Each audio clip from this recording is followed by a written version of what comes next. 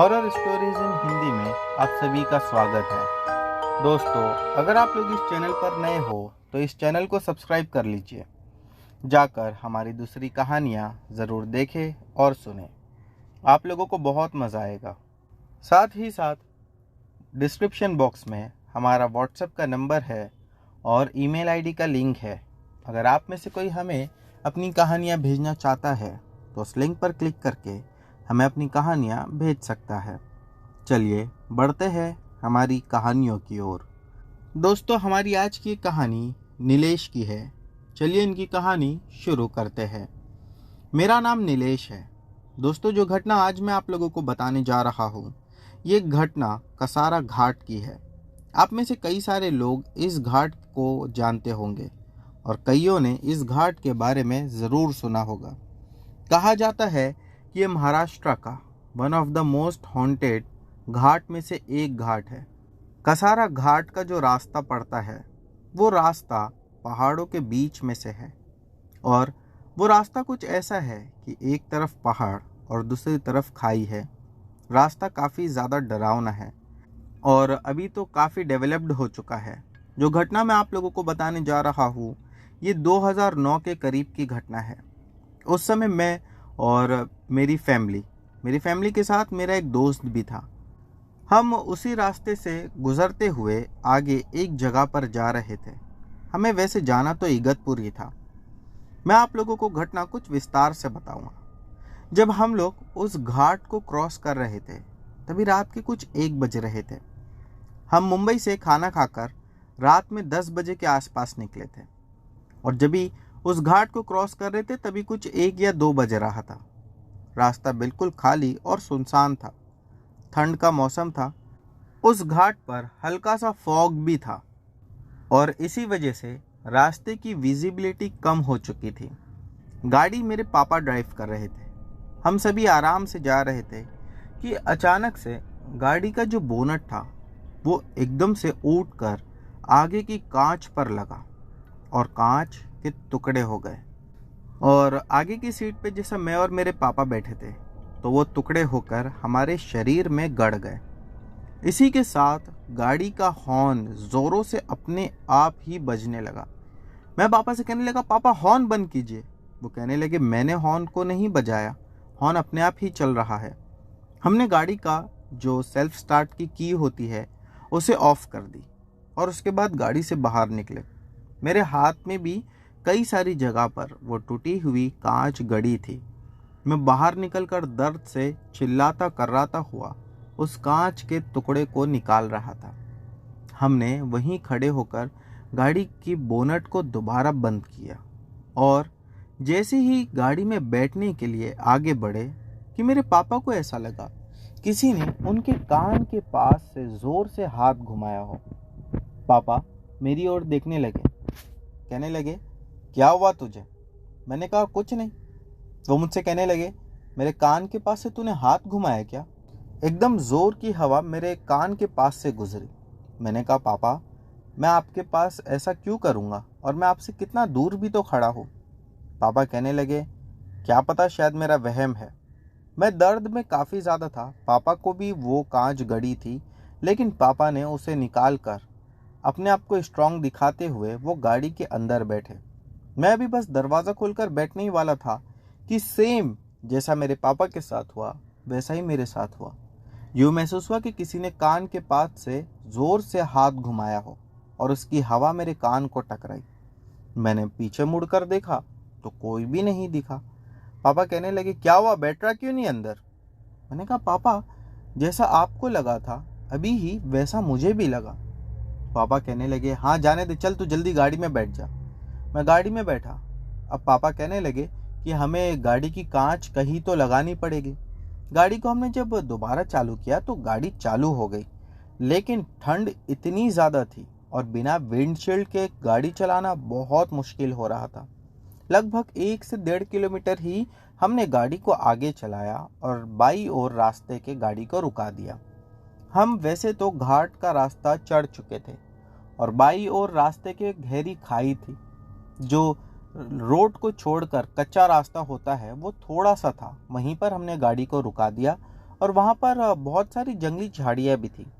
पापा मुझसे कहने लगे कि हम ऐसा तो आगे जा नहीं पाएंगे, बहुत हवाएं चल रही है। अभी हम वहाँ पर खड़े थे कि मैंने पापा को बोला, पापा ये जो बड़ा सा पेड़ है इसके पीछे शायद कोई है जो हमें देख रहा है। पापा कहने लगे, तुझे अभी भी मजाक सूझ रहा है? मैंने कहा, पापा मैं मजाक नहीं कर रहा, मैं सच कह रहा हूँ।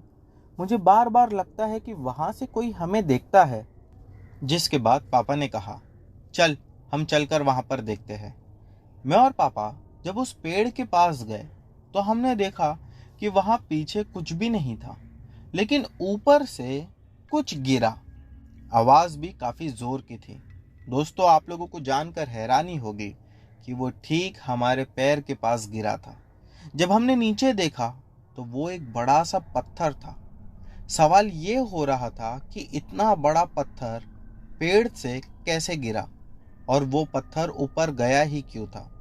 दोस्तों, हमारे मन में कई सारे सवाल थे। मेरे पापा मुझसे कहने लगे कि शायद कोई हम पर हमला कर रहा है। मैंने कहा, पापा लेकिन ऊपर तो कोई भी नहीं है। फिर उन्होंने कहा कि चल यहाँ से चल, गाड़ी के पास चलते हैं। हम गाड़ी के पास जाकर रुके हुए थे। ठंड काफ़ी ज़्यादा थी। हम अपने हाथ को आपस में घिस रहे थे और वहीं पर बस ये सोच रहे थे कि अब आगे क्या करना है। पापा ने मम्मी से कहा कि तुम लोग यहीं रुको, मैं आसपास से मदद ले आता हूँ। मेरा जो दोस्त था हमारे साथ में, वो पापा से कहने लगा कि अंकल आप यहाँ पर रुको, मैं और नीलेश जाकर देखते हैं। या तो किसी मैकेनिक को लेकर आएंगे या फिर कुछ होटल्स देख लेंगे जहाँ पर हम आज रात गुजार सकें। रात का समय था, इस वजह से गाड़ियाँ भी बहुत कम गुजर रही थी और जो गाड़ियाँ थी वो सब ट्रक वाले थे। हमने 2-4 ट्रक्स के आगे हाथ बढ़ाकर लिफ्ट भी मांगी, लेकिन किसी ने वहाँ पर ट्रक नहीं रोका। दोस्तों, उसके बाद मेरा दोस्त मुझसे कहने लगा, यार नीलेश तू एक चीज़ नोटिस कर रहा है क्या? मैंने कहा, क्या? वो कहने लगा, जितने भी ट्रक ड्राइवर्स यहाँ पर है और जितनी भी ट्रक यहाँ पर जा रही है, सारे ट्रक ड्राइवर्स अपने को देखकर अजीब सा बिहेव कर रहे हैं और सबकी केबिन की जो लाइट्स है वो ऑन है और सभी के शीशे चढ़े हुए हैं। मैंने कहा, हाँ अभी तेरे कहने के बाद में मैंने ये चीज़ नोटिस की, क्योंकि उसके बाद 1-2 ट्रक और गुजरी थी। और दोस्तों, ऐसा लग रहा था कि वो शायद ट्रक वाले जानते हैं कि उस रोड पे ट्रक्स को नहीं रुकाना होता है। शायद इस वजह से लिफ्ट नहीं दे रहे, या क्या पता वो सच में हमें कोई भूत प्रेत ही समझ रहे थे। फिर कुछ समय के बाद एक ट्रक वाला वहाँ से गुजर रहा था, तो मैं उस ट्रक वाले के बिल्कुल सामने जाकर खड़ा हो गया, लेकिन वो ट्रक वाला ब्रेक ही नहीं मार रहा था। मेरे दोस्त ने मुझे ज़ोर से धक्का देकर वहाँ से हटाया। वो कहने लगा कि ये लोग हमें आत्मा ही समझ रहे हैं, इस वजह से ये रुक नहीं रहे और अच्छा इसी में होगा कि हम अब इनसे लिफ्ट नहीं मांगते हैं। हम दोबारा गाड़ी के पास जाकर खड़े हो गए। जब हम गाड़ी के पास आए, मेरे पापा कहने लगे कि मेरे कान में ऐसा लग रहा है कोई बार बार आकर कुछ कह रहा है, लेकिन मैं उसे समझ नहीं पा रहा। मेरे पापा ये बात कर ही रहे थे कि अचानक से गाड़ी के अंदर से ज़ोर से चिल्लाने की आवाज़ आई। वो आवाज़ मेरी मम्मी की थी। जब हमने जाकर मम्मी को देखा, मम्मी कहने लगे कि अभी अभी मैंने तेरे पापा को देखी। मैंने कहा, पापा तो हमारे साथ खड़े थे। वो कहने लगी कि नहीं, मैंने बाई ओर देखा, गाड़ी के जिस साइड खाई थी। वो कहने लगी कि वहाँ पर मैंने तेरे पापा को देखा, बुरी तरह से कटे फटे थे और माथे से खून बह रहा था। इसी के साथ उन्होंने ये भी कहा कि पापा मुझे हाथ का इशारा करके अपनी ओर बुला रहे थे। मैं देख ही रही थी कि उन्होंने खाई में जंप लगा दिया। हमने मम्मी को समझाया कि मम्मी तुम्हारा ये वहम होगा या कुछ सपना देखा होगा। मम्मी मेरी ओर गुस्से से देखकर कहने लगी, जब मैं सोई नहीं तो सपना कहाँ से देखूंगी। इसके बाद हम वहाँ पर परेशान खड़े ही थे कि वो शायद ऊपर वाले ने हमारी मदद के लिए किसी को भेज दिया। एक आदमी वहाँ से गुजर रहा था। उसके हाथ में एक बड़ा सा डंडा था और डंडे पर लाल कलर का कपड़ा बंधा हुआ था। वो आकर हम लोगों से कहने लगा कि इस जगह पर रुकना ठीक नहीं है, आओ मेरे साथ। हमने कहा कि गाड़ी भी है। वो कहने लगा, गाड़ी को कल सुबह देखेंगे, अभी मेरे साथ चलो। हम उसी के साथ साथ पीछे हो लिए। लगभग थोड़ी दूरी पर जाने के बाद वो हमें रास्ते की दाईं ओर लेकर गया, जहाँ बड़ा से पहाड़ से एक छोटा सा कटा हुआ रास्ता जा रहा था। वो उस कच्चे रास्ते से लेकर हमें काफ़ी अंदर तक जा रहा था। मेरी मम्मी घबराई हुई थी कि क्या पता ये कोई चोर डाकू हो, हमें अकेला लेकर जाकर लूट ले। लेकिन वो वैसा नहीं था। वो हमें वहाँ लेकर गया। वहाँ छोटी सी उसकी झोपड़ी थी, वहाँ बिठाया। फिर कहने लगा कि अब आप लोग यहाँ पर सुरक्षित हो। हमने देखा अंदर घर में उसके मंदिर भी बनी हुई थी। हम वहीं पर सब लेट गए और सुबह तक के वहीं पर रुके। सुबह होने के बाद हमने अपनी गाड़ी रिपेयर करवाई और दोबारा वहाँ से निकल पड़े। जब हम वहाँ से निकल रहे थे तब उसने कहा कि रात के समय इस रास्ते से कभी नहीं गुजरना। हमने कहा दोबारा ऐसी गलती हम कभी नहीं करेंगे। दोस्तों, उसके बाद वहाँ से लौट जाने के मैंने उस रास्ते के बारे में कई लोगों से पूछा और बहुत सारी जगह उसके बारे में जानने की कोशिश की। मुझे हर जगह से यही जवाब मिला कि वो भूतिया घाट है। उस घाट से रात के समय इसीलिए गुजरना अवॉइड करना चाहिए। तो दोस्तों, ये थी नीलेश जी की कहानी। बढ़ते हैं हमारी अगली कहानी की ओर। दोस्तों, हमारी अगली कहानी सुष्मित की है। चलिए इनकी कहानी शुरू करते हैं। मेरा नाम सुष्मित है। आज जो घटना मैं आप लोगों को सुनाने जा रहा हूँ, ये घटना मेरी दादी ने मुझे बताई थी। चलिए घटना शुरू करते हैं। ये बात आज से कई साल पुरानी है। मेरी दादी बताती है कि जब वो गांव में मेरे दादाजी के साथ और उनके बच्चों के साथ रहती थी, यानी कि मेरे पापा और मेरे पापा के दूसरे भाई बहन। मेरी दादी की उस समय उम्र कुछ 32 या 33 साल की होगी। तो एक शाम कुछ ऐसा हुआ कि दादी घर में काम करके बैठी हुई थी। उन्हें अचानक से यूं लगा कि उनके छोटे बेटे के रोने की आवाज़ सुनाई दे रही है। दादी ने जब अपने छोटे बेटे को जाकर देखा तो मेरे जो सबसे छोटे चाचा थे वो उस समय मिट्टी में खेल रहे थे। वो रोने की आवाज़ उनकी नहीं थी। दादी इस बात से थोड़ा सा घबरा गई थी। उन्हें लगा क्या पता मेरा बेटा कहीं से गिर तो नहीं गया, लेकिन ऐसा कुछ नहीं था। दादी दोबारा आकर बैठी।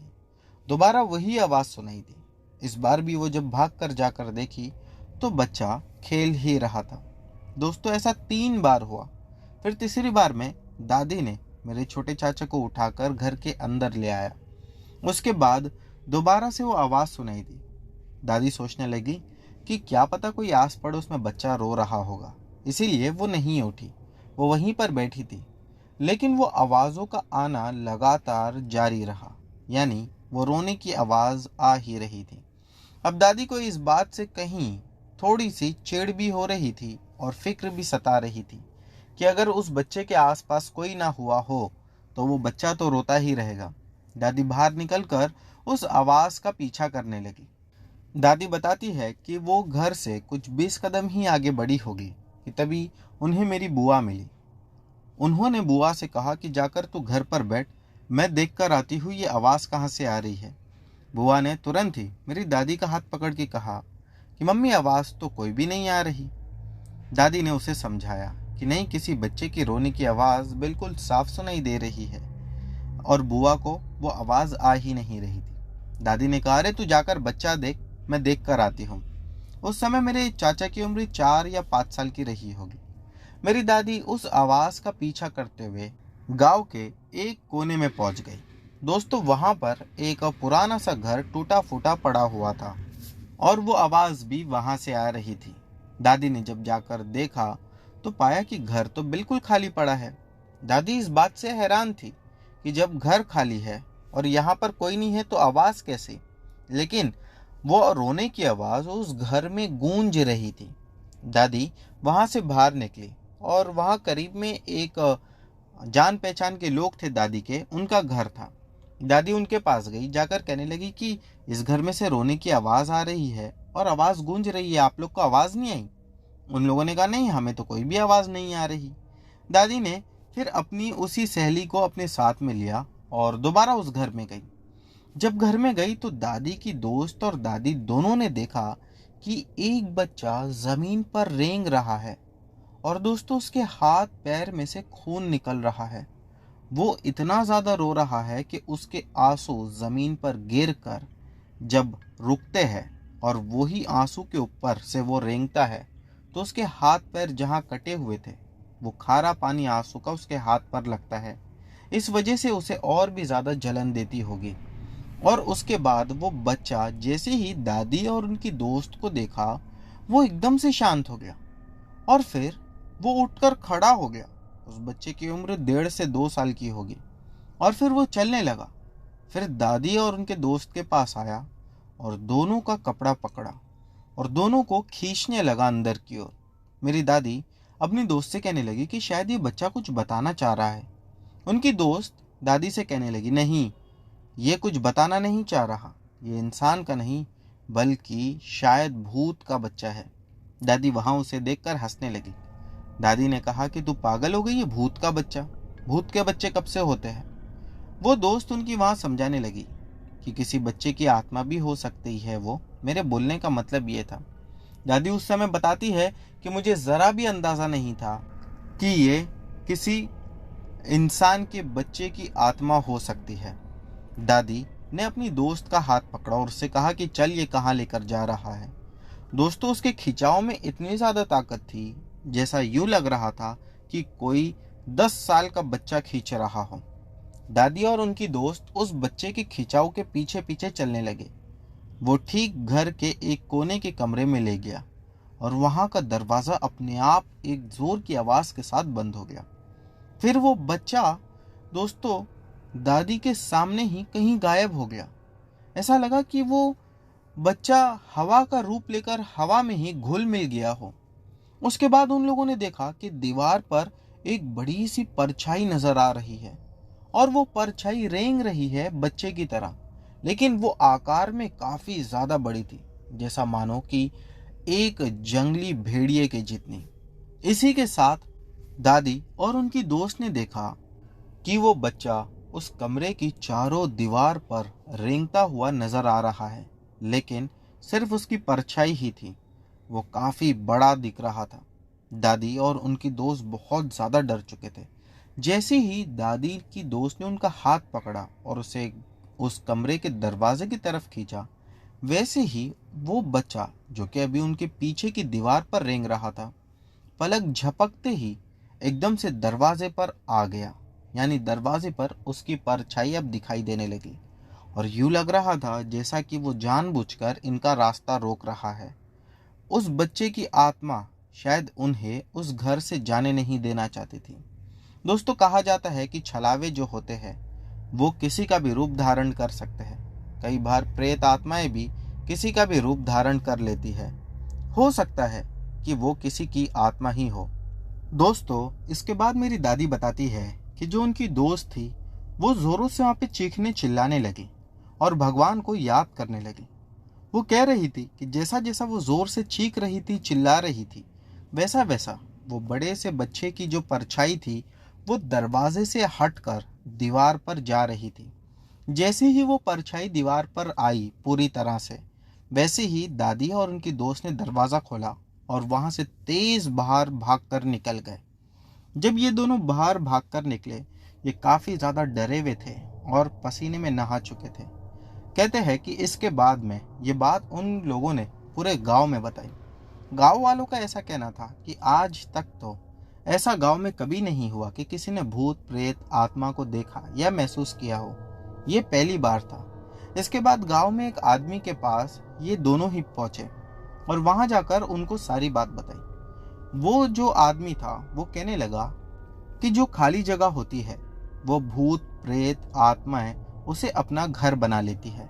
हो सकता है कि ये घर भी काफी समय से खाली था और खंडर बन चुका था। इसी वजह से भूत प्रेत ने उसे अपना घर बना लिया होगा और वो आवाजें तुम्हें आना शुरू हो गई होगी। दोस्तों, मेरी दादी इसके बाद ये भी बताती है कि लगभग 1.5 महीने तक उस घर में से आवाजें आती थी। ऐसा लगता था कि घर में एक फैमिली रहती है। कई बार बात करने की आवाज आती तो कभी बर्तन टकराने की आवाज आती। कई बार ऐसा लगता कि सब बैठकर जोरों से हंसी मजाक कर रहे हो। जो उस घर के आसपास के घर थे उन्हें वो आवाजों से बहुत ज्यादा दिक्कत होने लगी। दोस्तों, इसी के साथ ये भी था कि जब भी कोई भी बच्चा वहां पर क्रिकेट खेलता या कोई भी वहां से गुजरता तो उसे ऐसा लगता कि जैसा उस घर में से कोई नहीं चाहता है कि वो लोग घर के पास से भी गुजरे। कई बार उन्हें गुर्राने की और जोर से चीखने की आवाज सुनाई देती। एक बच्चे का इंसिडेंट दादी बताती है कि वो वहां पर खेलते खेलते चला गया था। उस बच्चे की उम्र 10 से 12 साल की होगी। जब वो उस घर के पास गया तब उसे ऐसा लगा कि किसी ने जोर से उसे मारा हो। वो बच्चा वहीं पर गिर गया और उठकर रोने लगा। आसपास देखा तो कोई नहीं था। वो चीखता चिल्लाता रोते हुए अपने घर पर चला गया। ये बात जब उसकी माँ ने सुनी तो उसकी माँ को बहुत गुस्सा आया। उसकी माँ उसी समय उसी घर पर गई और घर पर जाने के बाद उसने बाहर से ही खड़े होकर जोर से चिल्लाया कि बच्चों को तो छोड़ दो, बच्चों को कोई ऐसा मारता है क्या। उसकी माँ का ये कहना था कि एक हवा का झोंका अंदर से बहुत तेजी से आया और उसकी माँ से आर पार होकर गुजर गया। कहते इसके बाद उसकी माँ के शरीर को तो कुछ नहीं हुआ, लेकिन उसकी माँ के दोनों कान से खून जाने लगा और उसके बाद से उसकी माँ हमेशा के लिए बहरी हो गई थी। इस घटना ने गांव में लोगों को अंदर तक हिलाकर रख दिया था। फिर जब ये मैटर पुजारी जी के पास गया तो उन्होंने कहा कि मैं जानता हूँ ये कौन लोग हैं और ये किसकी आत्मा है। मैं इन्हें अपने वश में करने की कोशिश करता हूँ।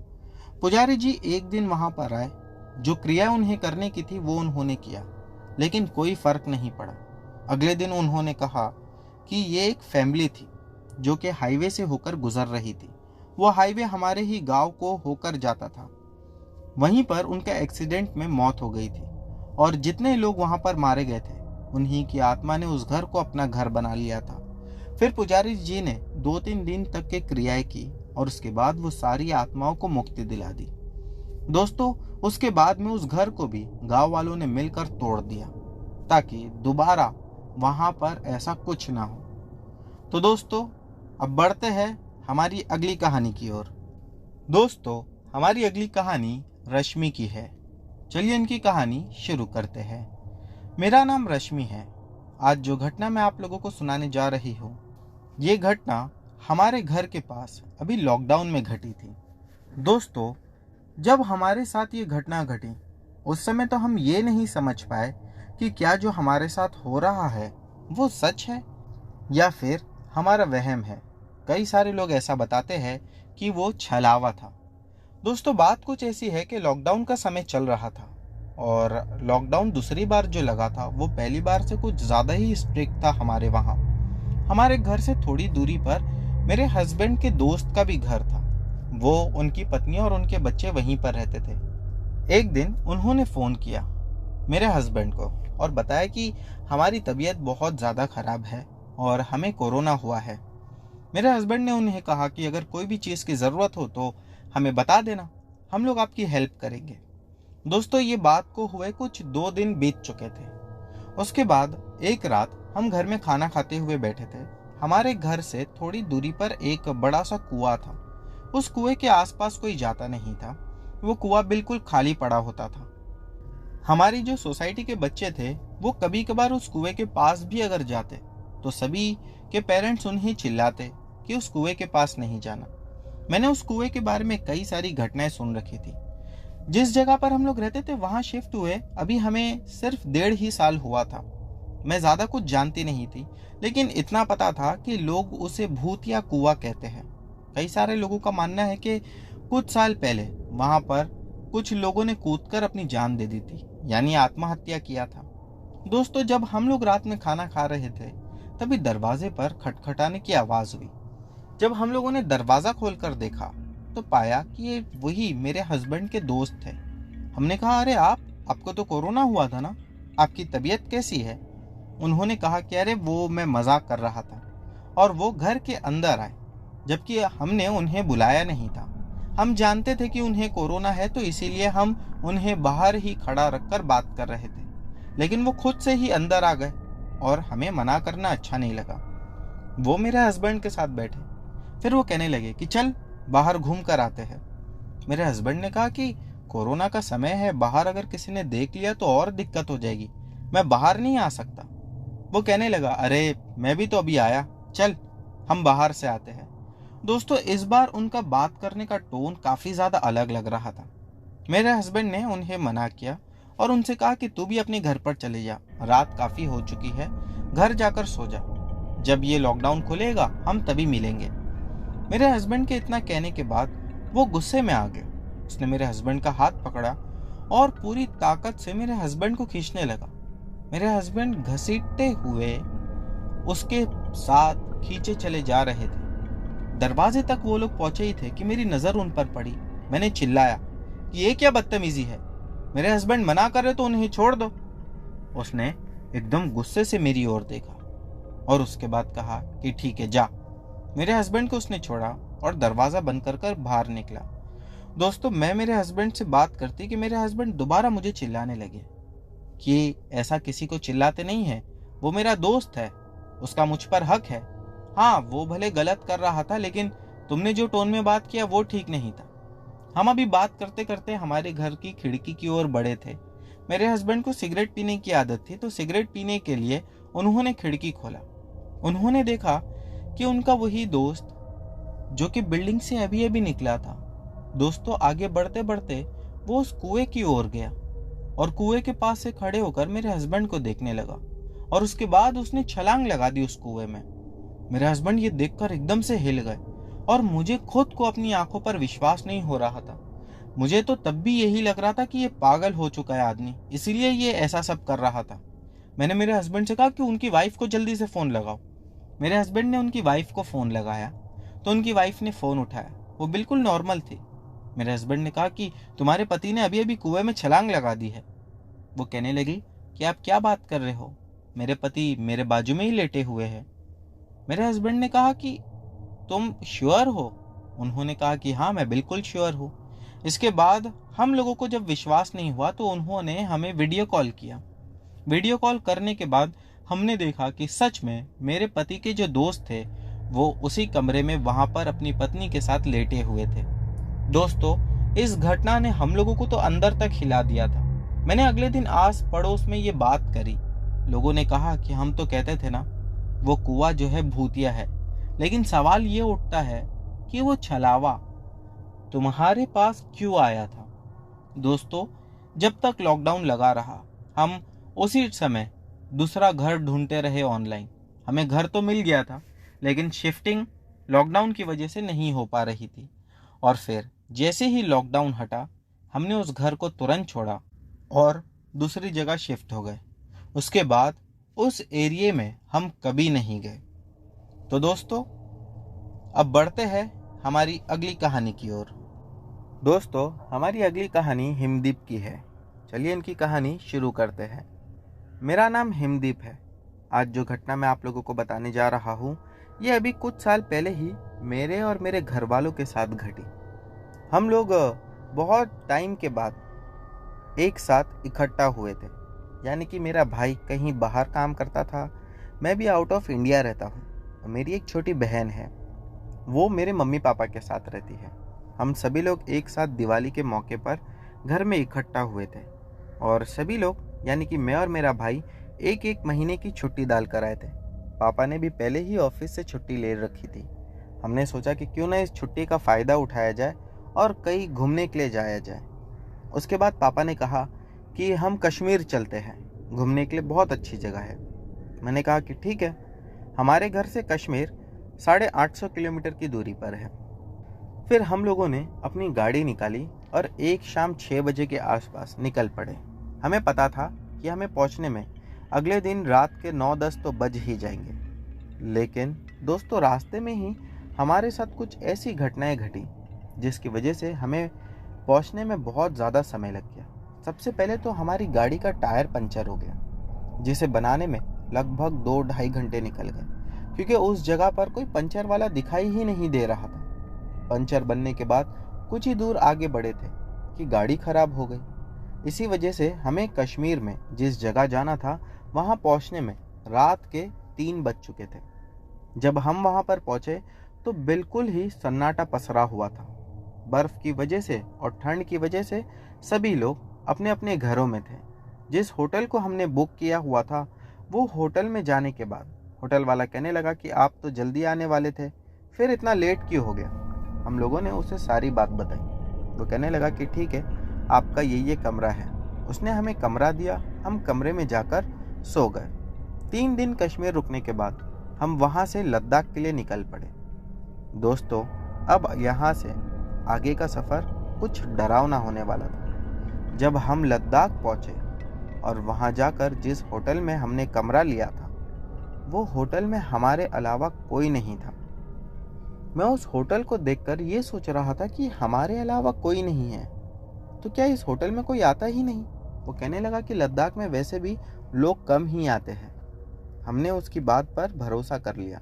जब हमने अपने अपने कमरे में जाकर अपनी खिड़की खोली तो पीछे की ओर सिर्फ बड़े बड़े पहाड़ नजर आ रहे थे और वो पहाड़ को देखकर मन और ज़्यादा खुश हो रहा था।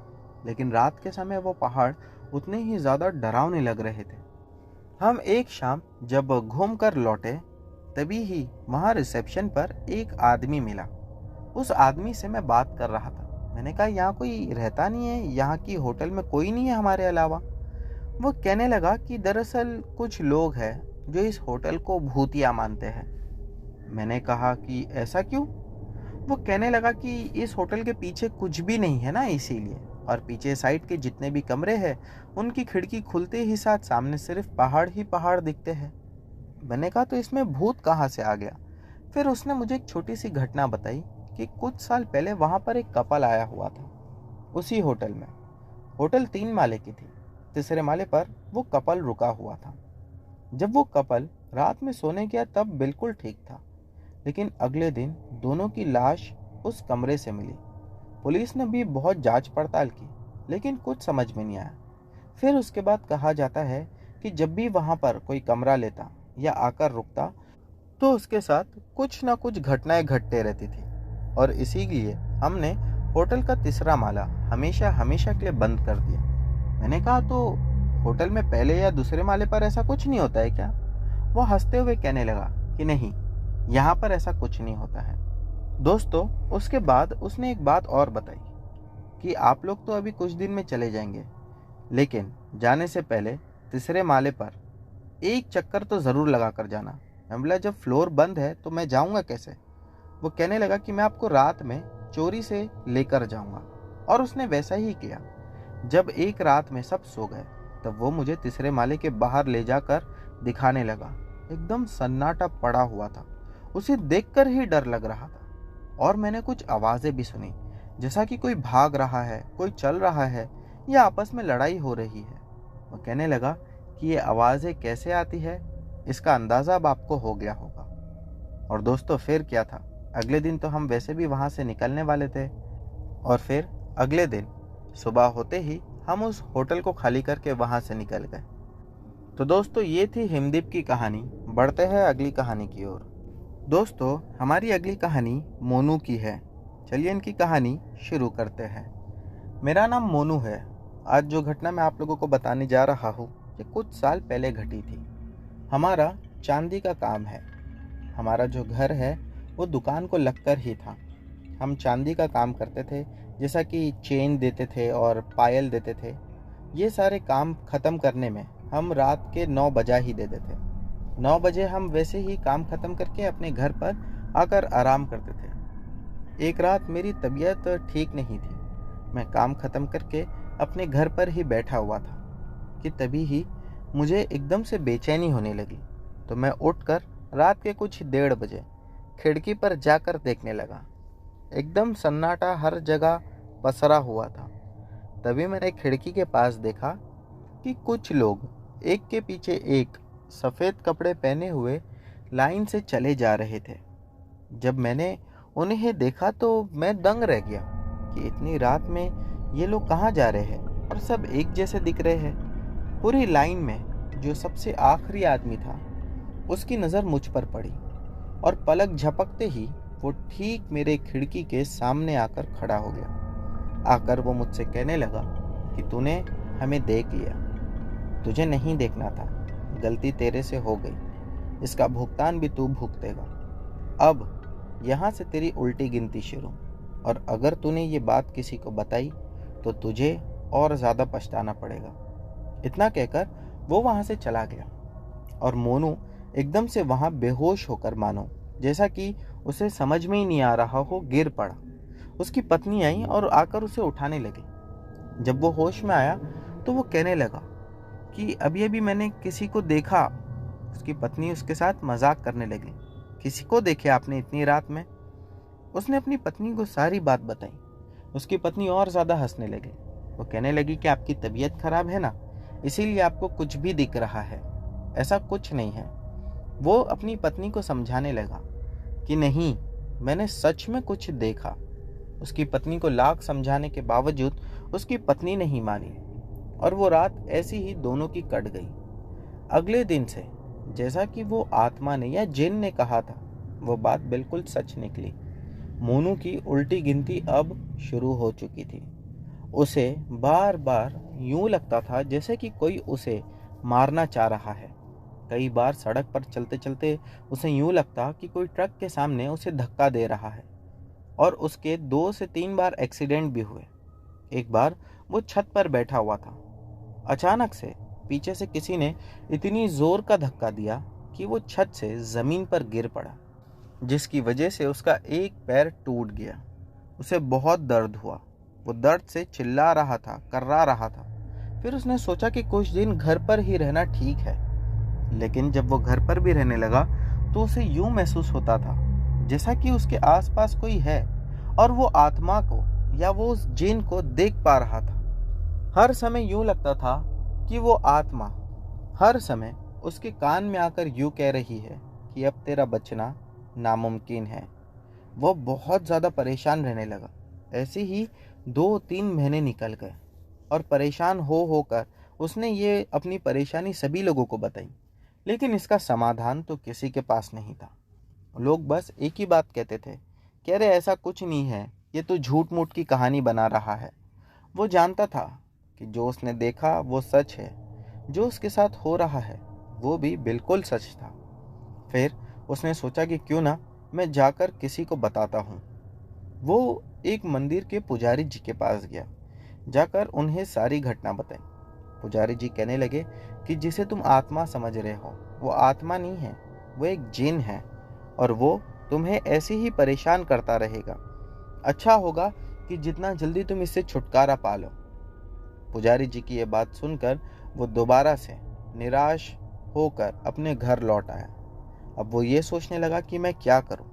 तभी ही उसका एक दोस्त था जिसका नाम था जमील, और उसने अपने इस दोस्त को ये बात बताई। वो कहने लगा कि मुझे पता है मेरी इस बात पर कोई भरोसा नहीं कर रहा, लेकिन मुझे उम्मीद है कि तू मेरी मदद ज़रूर करेगा। जमील ने कहा कि हम एक मौलाना के पास चलते हैं, मैं उन्हें जानता हूँ, वो शायद हमारी मदद कर सके। और फिर जमील उन्हें लेकर मौलाना के पास चला गया। जब मौलाना के पास गया तो मौलाना ने देखते साथ उसे कहा कि तेरे साथ जो भी चल रहा है वो मुझे पहले से पता है। मैं दंग होकर पूछने लगा कि आपको कैसे पता? वो कहने लगे कि तेरे आसपास या तेरे पीछे जो कोई भी है मैं उसे देख पा रहा हूँ। मैं तो तुरंत ही वहीं पर हाथ जोड़कर मौलाना साहब से कहने लगा कि मुझे बस इससे छुटकारा दिला दो, मुझे और कुछ नहीं चाहिए। वो कहने लगे कि वक्त लगेगा। मैंने कहा क्यों? वो कहने लगे कि वक्त लगेगा और उसके बाद ये चीज़ें ख़त्म हो जाएगी। फिर उन्होंने मुझसे अगले दिन कुछ सामान मंगाया। मैं वो सामान ले जाकर उन्हें दे दिया। वो कहने लगे कि तूने 2 बहुत बड़ी गलती कर दी। एक तो तूने उन लोगों को देखने की गलती कर दी और दूसरा कि तूने ये बात लोगों को बता दी जो कि तुझे नहीं बतानी चाहिए थी।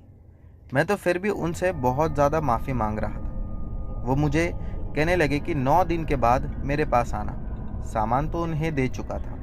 फिर 9 दिन के बाद मैं उनके पास गया और जाकर उनसे कहने लगा कि मौलाना, अब जो हो गया सो हो गया, मुझे बस इन सब चीज़ों से छुटकारा दिला दो। मौलाना ने कुछ पढ़ाई की और उसके बाद मुझे दूध का प्याला दिया पीने के लिए। कहने लगे इसे पी जा। मैं जैसे ही उसे पिया एकदम से मानो मुझे यूं लगने लगा कि मैं ठीक हो गया। जो शरीर में मुझे दर्द होता था वो भी कहीं गायब हो चुका था। मैं कहने लगा कि मुझे अब अच्छा लग रहा है। वो मुझसे कहने लगे कि और 11 दिन तू अपने आप को संभाल लेना, उसके बाद सब ठीक हो जाएगा। दोस्तों, मुझे तो यूं लग रहा था कि मैं ठीक हो गया, लेकिन वो 11 दिन मुझ पर और भी ज़्यादा बुरे कटे। मुझे रात के समय सोने के बाद सपने में पूरे 11 दिन वो जिन दिखाई देता था और वो मुझसे आकर एक ही बात कहता था कि तेरा बचना अब नामुमकिन है, तूने लोगों को बता के ये बहुत बड़ी गलती कर दिया। मैं मौलाना को जाकर सारी बात बताया कि मेरे सपने में वो जिन आता है। उन्होंने कहा कि वो तुझे सिर्फ डराता है, तो उसकी बात पर ध्यान मत दे, बस 11 दिन खुद को संभाल, घर से कहीं बाहर मत निकलना। और दूसरी चीज़ उन्होंने ये भी कहा था कि अब 11 दिन तक रात में 10 बजे के बाद से लेकर सुबह सूरज उगने तक अपनी खिड़की पर बिल्कुल मत जाना। तुझे यूं लगेगा कि खिड़की पर कोई खड़ा है या तुझे कोई आवाज़ देकर बुला रहा है, तब भी मत जाना, क्योंकि अगर अब तू गया तो तुझे कोई नहीं बचा सकता। दोस्तों, मौलाना की बात बिल्कुल सच हुई। मुझे यूं ही लगता था कि खिड़की पर कोई खड़ा है, मेरा नाम कहकर मुझे वो बुला रहा है, लेकिन मैं उसे इग्नोर करके करवट बदल कर आंखें टाइट बंद करके लेटा ही रहता था। नींद तो आती नहीं थी डर की वजह से। फिर 11 दिन बाद कुछ ऐसा ही हुआ कि मैं बिल्कुल से अपने आप ही ठीक हो गया। मैं जाकर मौलाना साहब का शुक्रिया अदा किया। फिर मैंने उनको कहा कि अब ये दोबारा अगर मुझे कहीं मिलेगा तो? उन्होंने कहा हंसते हुए कि हो सकता है कि दोबारा वो तेरी खिड़की पर आए, लेकिन उसके लिए भी तुझे काम करना होगा। मैंने कहा क्या? उन्होंने कहा कि एक दूध का प्याला लेकर आ और अपनी खिड़की के बाहर उसे रख दे। मैंने वैसे ही किया। उन्होंने पर्चे पर कुछ लिख कर दिया था जो कि उर्दू भाषा में था, और वो जो लिखा हुआ था वो ज़ाफ़रान से लिखा हुआ था। वो कहने लगे कि ये होने के बाद अगर दूध का प्याले में से दूध खत्म हो गया तो समझ जाना कि अब वो जिन तुझे कभी कहीं परेशान नहीं करेगा। दोस्तों, अगली सुबह में जब मैं उठकर देखा तो वो दूध के प्याले में दूध वैसे ही पड़ा था और वो चिट्ठी भी वैसी पड़ी थी। मैं फिर मौलाना के पास गया, जाकर उनको बताया। वो कहने लगे कि जब तक ये प्याले से दूध नहीं खत्म हो जाता और ये चिट्ठी वहाँ से गायब नहीं हो जाती, तब तक तुझे रोज़ाना ऐसे ही करना पड़ेगा। मैं रोज़ाना यूं ही करने लगा। देखते ही देखते एक हफ्ता बीत गया, लेकिन तब भी कोई फ़र्क नहीं था। फिर मैं मौलाना के पास जाकर कहने लगा कि आपने इस चिट्ठी में क्या लिखा है? वो कहने लगे कि अगर मैं तुझे बता दूंगा कि चिट्ठी में क्या लिखा है तो कोई फ़ायदा नहीं, फिर तेरी जान को पक्का खतरा हो सकता है। इसीलिए उन्होंने मुझसे कहा कि जब ये चिट्ठी गायब हो जाएगी तब मैं तुझे बता दूंगा। मैं फिर से अगले दिन जाकर सारी चीज़ें वैसी ही रखने लगा। दोस्तों, फिर पूरे 14 दिन के बाद एक रात में जब मैंने बाहर दूध और वो चिट्ठी रखा, तब मुझे कुछ आवाज़ आई कि प्याला हिल रहा है या कोई बाहर खड़ा है। किसी की आहट महसूस हुई। फिर सुबह उठकर देखा तो ना ही तो वहाँ पर चिट्ठी थी और ना ही वहाँ पर दूध था। लेकिन अगली ही रात में वहाँ पर मुझे एक दूसरी चिट्ठी मिली। वो भी कुछ उर्दू में लिखा था। मुझे समझ में नहीं आया। मैंने जाकर वो चिट्ठी मौलाना साहब को दे दी। वो देखकर मुस्कुराए, कहने लगे कि मैंने माफ़ी मांगा था उस चिट्ठी में। मैंने कहा फिर ये चिट्ठी क्या है? वो कहने लगे बस समझ जा, अब तुझे कोई खतरा नहीं। और दोस्तों, उसके बाद से मुझे कभी किसी जिन ने परेशान नहीं किया, और ना ही तो अब मैं रात में 10 बजे के बाद खिड़की के बाहर निकल कर देखता हूँ। उसका डर आज भी मेरे दिल में वैसा के वैसा ही है। तो दोस्तों, ये थी मोनू जी की कहानी। बढ़ते हैं हमारी अगली कहानी की ओर। दोस्तों, हमारी अगली कहानी उत्तन की है। चलिए इनकी कहानी शुरू करते हैं। मेरा नाम उत्तन है। मैं जहाँ पर रहता हूँ वहाँ से लगभग 4 किलोमीटर की दूरी पर मैं रेवड़ी लगाता हूँ, और उसमें खाने के लिए सारे चाट्स के आइटम रखा हुआ हूँ।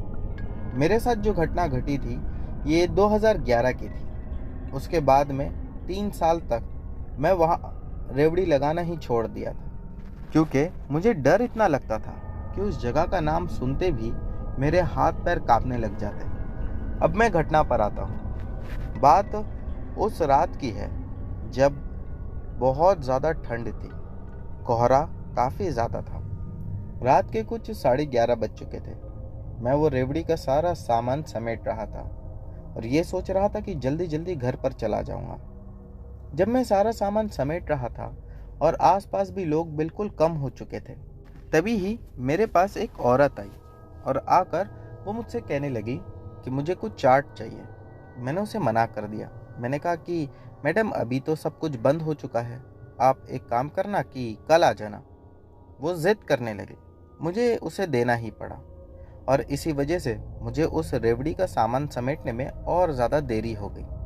वो वहाँ से तो चले गई, लेकिन फिर मैंने थोड़ी ही देर के बाद जब पूरा सामान समेट चुका था, एक और औरत को देखा जो कि कुछ सफ़ेद और पीली रंग की साड़ी पहनी हुई थी। वो मेरे पास आई और आकर एकदम से चुपचाप खड़ी हो गई। मैं कहने लगा कि मैडम अभी तो कुछ नहीं मिल सकेगा, कल आना। लेकिन वो कोई जवाब ही नहीं दे रही थी। वो बस मुझे ही घूरे जा रही थी। मैंने कहा कि आपको बोला ना कल आना। अभी कुछ देर पहले ही आप जैसी एक मैडम आई थी, उन्होंने जिद की और मुझे देना पड़ा। देखो मुझे बहुत लेट हो चुका है, अभी आप यहाँ से चले जाओ। लेकिन वो वहाँ से जाने का नाम ही नहीं ले रही थी और ना ही तो कोई जवाब दे रही थी। मैं चुपचाप वहीं खड़ा होकर देख रहा था। अभी मैं सारा सामान बटोर के वहाँ से निकलने ही वाला था कि वो अभी वहाँ पर खड़े होकर मुझे घूरे जा रही थी। मुझे ऐसा लगा कि शायद एक बार इसे और कह देना चाहिए। मैंने फिर से कहा कि मैं जा रहा हूँ, आपको यहाँ खड़ा रहना है तो आप खड़े रहिए। उसके बाद मैं वहाँ से निकला, लेकिन वो औरत मेरे पीछे पीछे आने लगी। ऐसा लग रहा था कि जैसा उसे चाट नहीं कुछ और चाहिए। वो जब मेरे पीछे पीछे काफ़ी समय तक आने लगी तो मैं अपनी रेवड़ी की ठेले को रोककर पीछे मुड़कर उसे देखकर कहने लगा, आपको कहा ना मैंने कि अभी नहीं मिलेगा, आप कल आना। लेकिन उसने इस बार भी कोई जवाब नहीं दिया। मेरे घर के रास्ते में बीच में छोटा सा जंगल पड़ता था और उस जंगल वाले रास्ते से ही मैं अक्सर आया जाया करता था। ऐसा कोई जंगली जानवरों का तो वहाँ पर डर नहीं था। बस आप यूँ समझ लीजिए कि जंगल पहले बहुत बड़ा हुआ करता था, लेकिन धीरे धीरे गांव और बस्तियाँ बसते चले गई तो जंगल एकदम से छोटा हो गया और वहाँ से लोग भी आते जाते थे, इसीलिए डरने की कोई बात नहीं थी। जब मैं वहाँ से गुजर रहा था तब वो जंगल के बीचों बीच आकर मेरा हाथ पकड़ ली और वो मुझे घूर के देखते हुए हाथ को जोर से दबाने लगी। मानो यूं लग रहा था कि जैसा मेरी आज ये हड्डियां तोड़ देगी। तो मैंने उसे जोर से चिल्लाया और मैं कहने लगा, अरे आप क्या कर रहे हो, मेरा हाथ छोड़ो। लेकिन उसने कोई जवाब नहीं दिया। वो बस मुझे नुकसान पहुंचाना चाहती थी। दोस्तों, एक और अजीब बात यह थी कि जब वो मेरा हाथ दबा रही थी तब उसकी आंखों में क्रोध दिख रहा था। वो मुझे पता नहीं क्यों मार देना चाहती थी। मैं घबरा कर वहां से उसका हाथ छुड़ाकर जी जान लगाकर भागने लगा। वो मेरा पीछा करने लगी। मैंने उस रेवड़ी के ठेले को वहीं पर छोड़ देना ही ठीक समझा और पूरी ताकत से वहां से भागा। कुछ दूर आगे जाने के बाद मैं भागते भागते थक गया और मैं एक जगह पर रुका। वो ठीक मेरे पीछे आई और आकर दोबारा मेरा गला पकड़ लिया। इस बार तो शायद वो मुझे जान से ही मार देना चाहती थी। मैंने फिर भी खुद को संभाला और वहां से दोबारा अपनी जान बचाकर उठकर भागने लगा। फिर अगले कुछ ही पल में पता नहीं कुछ लोग वहां से गुजर रहे थे जो शायद रात के समय अपनी खेत की रखवाली के लिए जा रहे थे। उनकी आवाज़ सुनकर या उनको आता देखकर उसने एकदम से मुझे छोड़ा और फिर पता नहीं कहीं गायब हो गई। एक बात तो तय थी कि ये औरत मुझे उसी जगह पर मिली थी जहाँ पर मैं रेवड़ी लगाता था। हो ना हो, इसे किसी बात का तो क्रोध था ही मुझ पर। इसीलिए मैं अगले 2-3 साल तक उस जगह पर जाना ही छोड़ दिया था। तो दोस्तों, ये थी हमारी आज की सभी कहानियाँ। उम्मीद करता हूँ कि आप लोगों को पसंद आई होगी। दोस्तों, इनमें से जो भी कहानी आप लोगों को अच्छी लगी हो उसके बारे में नीचे कमेंट सेक्शन में लिखना मत भूलना। चैनल पर नए हो तो बिना सब्सक्राइब किए मत जाना। मिलते हैं हमारी अगली वीडियो में।